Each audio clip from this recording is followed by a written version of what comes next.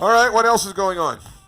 As you should go out and support your national parks and the conservation movement. Yes, Listen, absolutely. wild animals are beautiful and they should be respected in the wild. They should. But at the same time, I don't know. This is probably going to be controversial, but I like zoos and parks where you can be educated about that kind of stuff. Absolutely. I like it, so. I think it brings awareness. Absolutely. You know? I always tell my kids that when we're outside and there's, bees or crazy birds or whatever, and then you kind of get a little bit afraid of it. It's like we have to remember that outside, it's their home. That is correct. Yes. And so, at the same time, I enjoyed Tiger King. Oh my God! I'm kidding. That show is crazy. It was a train wreck. All right, moving on. Let's move on. What else? National Macadamia Nut Day. I don't know what it is about the generalization of the nuts industry, but they are on it. Because they are. Remember Grab a Sack of Nuts Day, or whatever it was, Grab Some Nuts Day. There's been Cashew Day and all kinds of stuff. Now we've got Macadamia Nut Day. Macadamia and I don't know anybody else. Does anybody eat macadamia nuts just outside? Like maybe in Hawaii. In Hawaii. They usually sell them chocolate covered. I was going to say chocolate covered. Garlic or sour cream and onion. Honey roasted. Yeah. But for me. You're making me kind of hungry. Yeah, right. I know. For me, macadamia nuts will always be Subway's cookies. Okay. Yeah. The Subway cookies are the ones. So happy Macadamia Nut Day. What else? You're laughing at this. National Lazy Moms Day. Okay. And it's actually saying that moms should be able to have a lazy day. They should.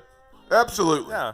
There is absolutely nothing wrong with it. They should have a day where they just get to lay around and not do anything. Right. Absolutely.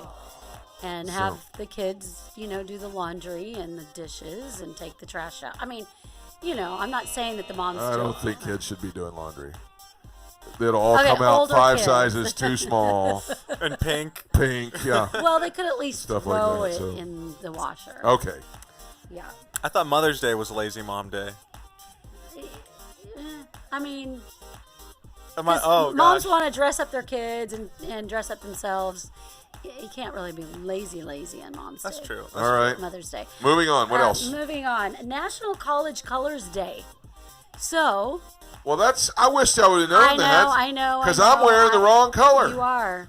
I'm wearing the rival's color. You are. This is Louisville's colors, and I should be wearing blue and white. But isn't Cincinnati? Oh, well. That's not a college. That's not a college. Sorry. There is a University of Cincinnati, and they are black and red, but no. No. Dang it. But you'll have to change. Should be wearing blue and white today. Exactly. Blue and white. You'll have to change. All right. I am wearing blue, but it's not the right blue. Go Big Blue. Yeah. So, and the National Food Bank Day.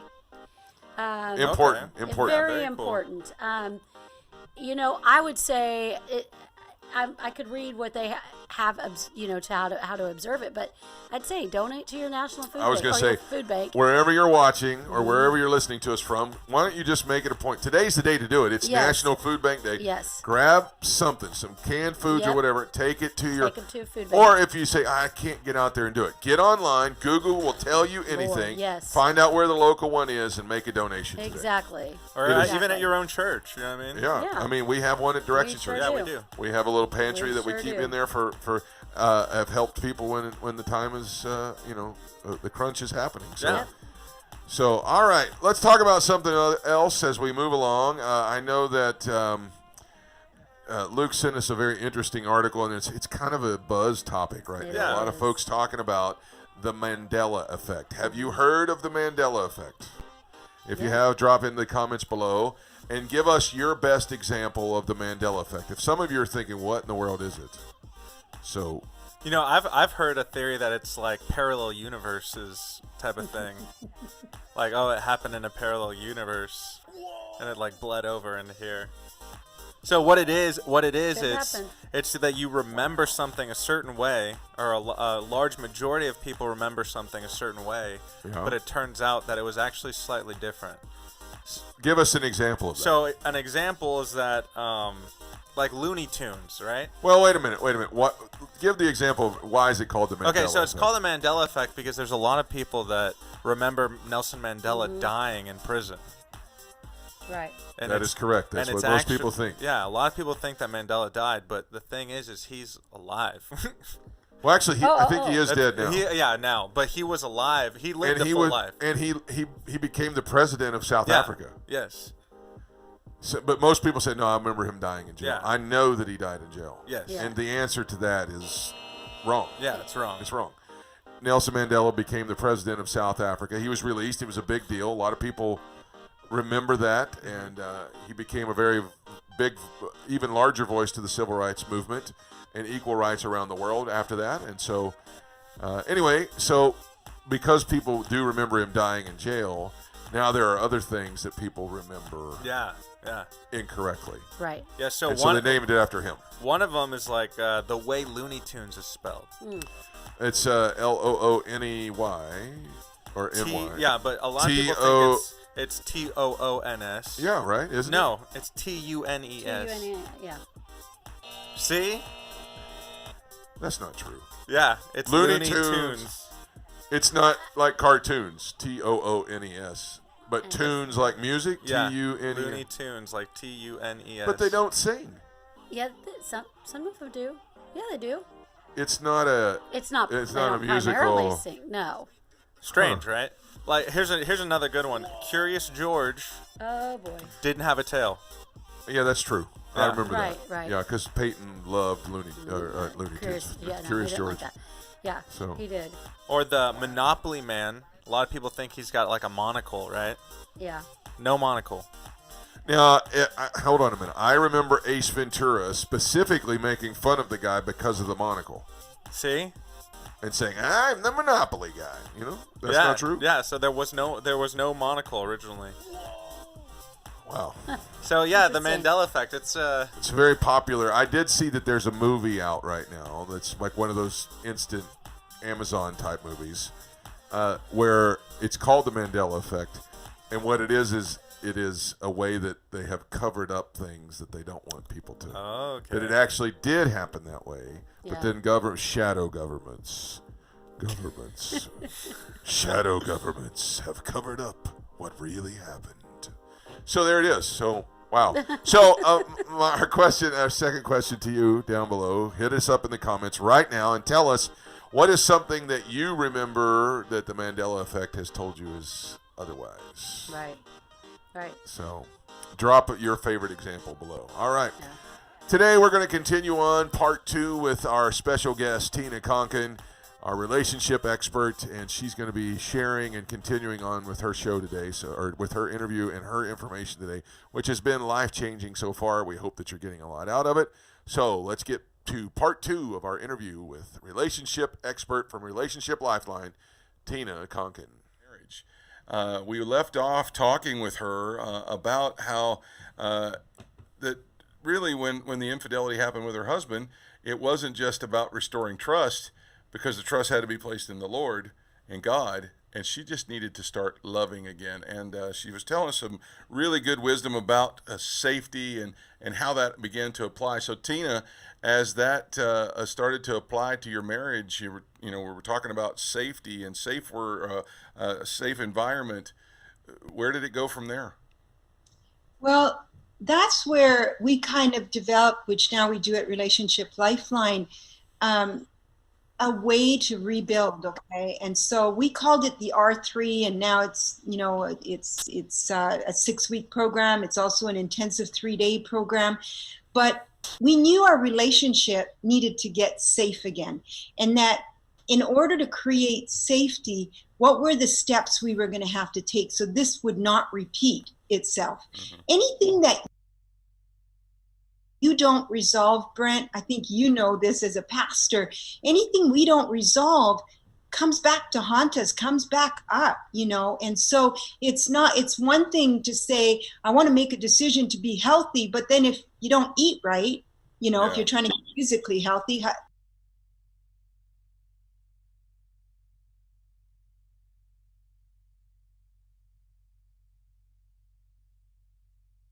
how's that going to happen? And so we looked at it from a relationship part, and we developed this R3. And the R3 is basically, the R1 is to reveal. That's the hardest part. We had to go into our hearts. What does reveal mean? Well, we looked at scripture, and in Matthew 19:8, Jesus is asked a question by the Pharisees. That's never a good thing, but we always know his answers are great. But he was, they were trying to trip him up, and they said, listen, do you believe in divorce? And I want to talk about divorce because based on what Jesus's answer is, there's not necessarily anything wrong with divorce. But look at what he answered, because they asked him, do you believe in divorce like Moses did? And his answer was this. His answer was, Moses allowed, so it was allowed, okay, it was in the law, a man could divorce his wife, not the other way around, but interesting, but a man could divorce his wife because, and he puts the because in there. Anytime there's a because, like I'm always, when people, don't know how to answer a question, I always use the word because, and you guys probably saw me do it several times over the weekend. And because he said, because, so Moses allowed divorce because of the hardness of the heart. And we started thinking about that. We thought, because of the hardness of the heart. I thought it was because of adultery, right? Because that's what I'd been told by a pastor. Yeah. You've got a way out here, you've got adultery, and instead of helping us reconcile, they right away brought out the adultery card, so it's a get out of jail free card. And I thought, but we want to restore somehow, and we realized Christ's answer was because of the hardness of the heart. I said, what is that? And then he adds in there, it wasn't so in the beginning. So what wasn't so in the beginning?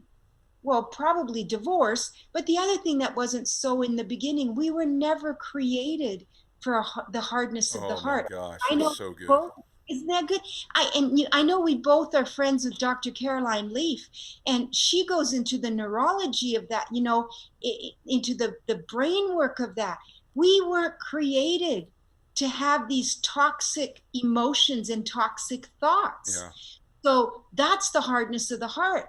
And because our heart wasn't created to have that, it hardens. And so that's where the adultery comes up too. He's saying most people don't know how to get past the hardness of the heart in adultery. They don't know how to rebuild from there. They can't get rid of the image. And so that's where the renewing of the mind comes in. Jesus gives us what was in the beginning. So if we can just get back to the beginning, and that is what the heart was created for. What was the heart created for? It was created for love. Remember, that's what Jesus, right? That's what I heard in that parking lot, right? Your responsibility is to love. I gave you a heart that knows how to love, not a heart that knows how to trust. Because human beings are fallible. We're not created to trust. Our heart is deceitful, but we are created to love. Now, and so that was the part. I mean, that's just a huge landmine of truth right there that I think that people need to learn to step on. And by the way, this is Tina Konkin. She's the director and founder of Relationship Lifeline in Southern California. And she's our guest for these our last show and the show after this one. And she's just really revealing a couple things, which happens to be what she's talking about. The revealing part. The part that I think is so hard for people is, how do you separate love and truth, or love and trust, from, because some people are like, well, I can't love them because I don't trust them, and they don't know the difference. And they don't know the difference. And that's where I had to dig deep. It sounded really good when that preacher said it, trust God, love people. And I said, okay, God, I had to go with what I could do. Okay. I can trust you with my life. I can trust you with my family. I can trust you with my future. I don't know what my future holds, but I know I can trust you with it. You're faithful. So it had to start with that. And then it had to also start with, and this is where the love came in. It had to start with me looking at me. Okay. And in that was the reveal. I had to reveal what I brought to our marriage that led us up to this point. So in other words, not the affair itself or the first 2 weeks of the affair where all this reveal was happening. I had to go back 5 years, 10 years, 1 year. What hardness of heart developed? Then when I got through that, which God was so faithful, he revealed. I said, you revealed to me the hardness of my heart, because I'm honestly having a hard time with this, because I thought the hardness of the heart was like, I should feel guilty that I didn't get him a coffee, or, that I snapped at him. And none of that was what God revealed. God really revealed that I had shut down my heart as a little girl because of fear of loss. So Ron never had my full heart, not from day one, because a vow was made when I was very young that I would never love like that again, because people leave and people die. And I'd had people leave and I'd had people die that I really loved. And I had a man that I really loved die at the age of 25. I was 22, and that was before I met Ron. So those are the things that God wanted to show had hardened my heart. Guilt, shame had hardened my heart, And when I began to see those things, that was the part of the reveal that the Holy Spirit took us both through, and his vulnerability and the things that he had brought into the marriage. Those were the things. And, when it comes to divorce, really, I don't say divorce is the wrong decision. This is what I tell my clients. And as you know, Brent and Jody, you've both been in that class, and you saw that most of the marriages around you were already done. They were there either to bring closure or for the kids to co-parent. I mean, they were mostly done. And many of them were separated. And why did many of them, move on to get back together? Some didn't. But will always tell you that it was one of the healthiest things they did. Because I believe that as each person does what Jesus said, and that is look at the hardness of the heart, and they deal with that, then they make decisions from a healthy place. So two healthy individuals making a decision.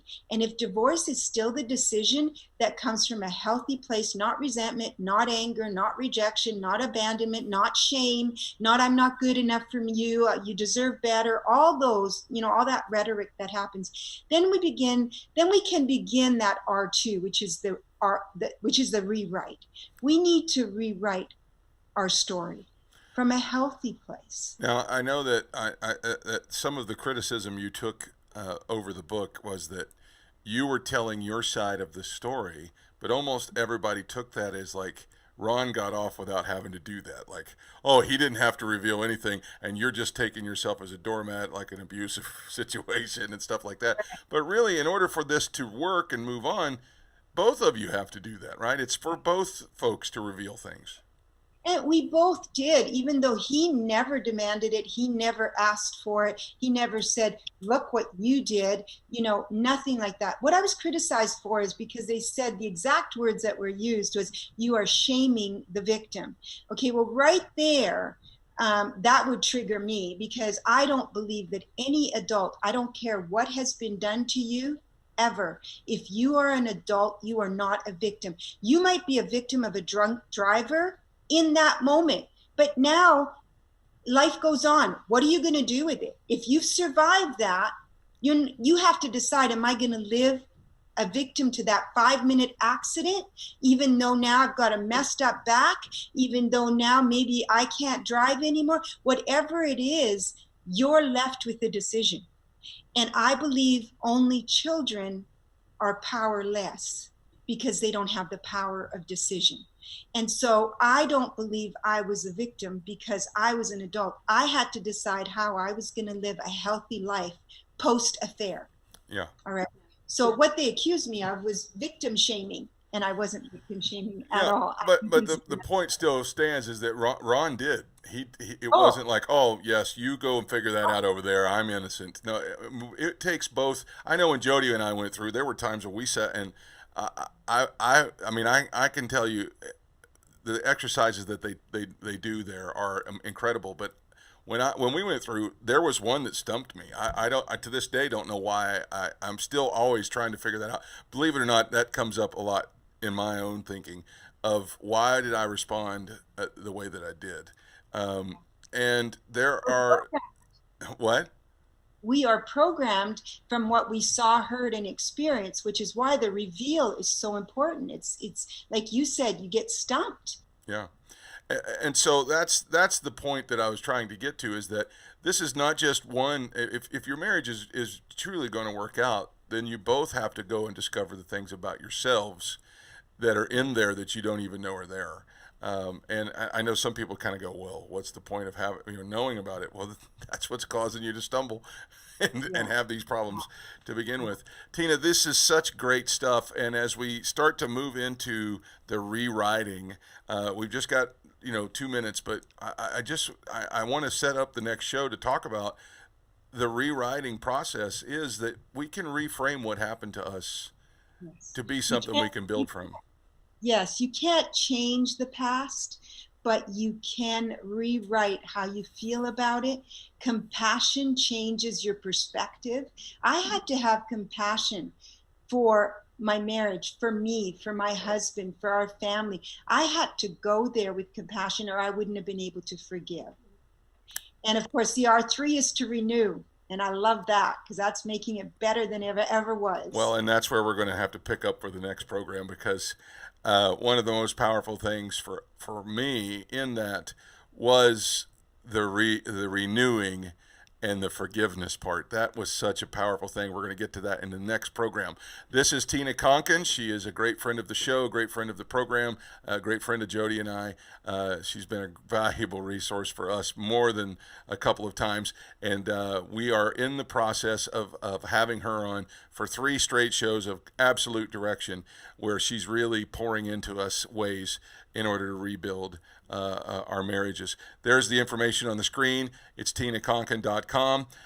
She's also on Facebook and Twitter at Tina Konkin, on Instagram at Relationship Lifeline, and she has a YouTube channel where it's just Tina Konkin. You can look her up there. All right, as you can tell, man, there is so much great stuff there with Tina Konkin, and I hope that if you are looking to enrich your marriage, to fix your marriage, get to a healthy place in your relationships, that this information is helping you.